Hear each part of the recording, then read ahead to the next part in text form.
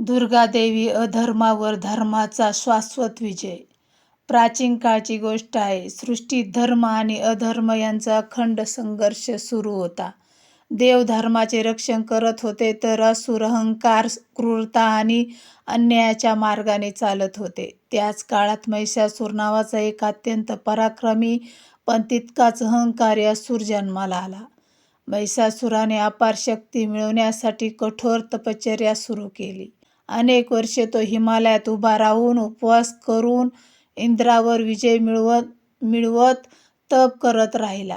अखेर त्याच्या तपश्चर्येने ब्रह्मदेव प्रसन्न झाले आणि त्याच्यासमोर प्रकट झाले. ब्रह्मदेवांना पाहताच महिषासुराने वर मागितला, मला कोणत्याही पुरुषाच्या हातून मृत्यू येऊ नये. ब्रह्मदेवाने नियमानुसार तो वर दिला. पण महिषासूर हे विसरला की नारी शक्ती हीच सृष्टीची आदिशक्ती आहे. त्यांच्या अहंकाराने त्याचे विवेक हरपले. वर मिळताच महिषासुराचा गर्व अनावर झाला. त्याने पृथ्वी, पाताळ आणि अखेर स्वर्गावर आक्रमण केले. इंद्र, वरुण, अग्नी, वायू, कुबेर एकामागून एक देव पराभूत झाले. स्वर्ग उजाड झाला. देवता भयभीत होऊन ब्रह्मा, विष्णू आणि महेश यांच्याकडे आश्रयाला गेल्या. देवांच्या दुःखाने त्रिदेव अत्यंत क्रोधित झाले. या क्रोधातून एक अद्भुत तेज प्रकट झाले. ब्रह्मा, विष्णू आणि महेश यांच्या तेजाचा संगम होऊन आदिशक्ती दुर्गादेवी अवतरली. तो क्षण अलौकिक होता. आकाश उजळून निघाले. पृथ्वी थरथर कापू लागली. देवीचे रूप तेजस्वी, दिव्य आणि भव्य होते.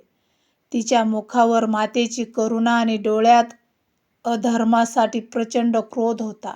सर्व देवांनी आपापली दिव्य शस्त्रे देवीला अर्पण केली. शंकराने त्रिशूल, विष्णूने सुदर्शन चक्र, इंद्राने वज्र, वरुणाने शंख, अग्नीने शक्ती आणि हिमालयाने सिंह. सिंहावर आरूढ झालेली, अष्टभुजा धारण केलेली दुर्गादेवी रणांगणाकडे निघाली. महिषासुराने देवीला पाहताच उपवास केला. पण क्षणातच भीषण युद्धाला सुरुवात झाली. आकाश असुराने व्यापून टाकले. रणभूमी रक्तरंजित झाली. देवीने चंडमुंडाचा संहार केला. असुर थरथर कापू लागले. रक्तबीज नावाचा असुर मरताना प्रत्येक रक्तथेंबातून नवा असुर निर्माण होत होता. तेव्हा देवीने काली रूप धारण केले. तिच्या प्रचंड रूपाने संपूर्ण रणभूमी व्यापली. तिने रक्तप्राशन करून रक्तबीजाचा अंत केला.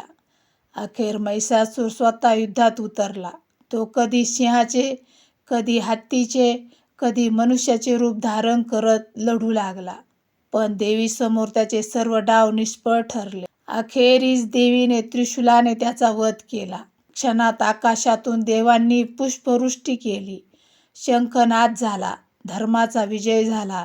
अधर्माचा नाश झाला. देवीला तेव्हापासून महिषासूर मर्दिनी म्हणून ओळखले जाऊ लागले. पण दुर्गादेवी फक्त युद्धासाठी अवतरत नाही, ती माता आहे. भक्तांच्या संकटात धावून येणारी, त्यांचे दुःख हरपणारी, भय दूर करणारी. नवरात्रामध्ये 9 रूपात देवीची पूजा केली जाते. देवी 9 रूपात भक्तांना दर्शन देते.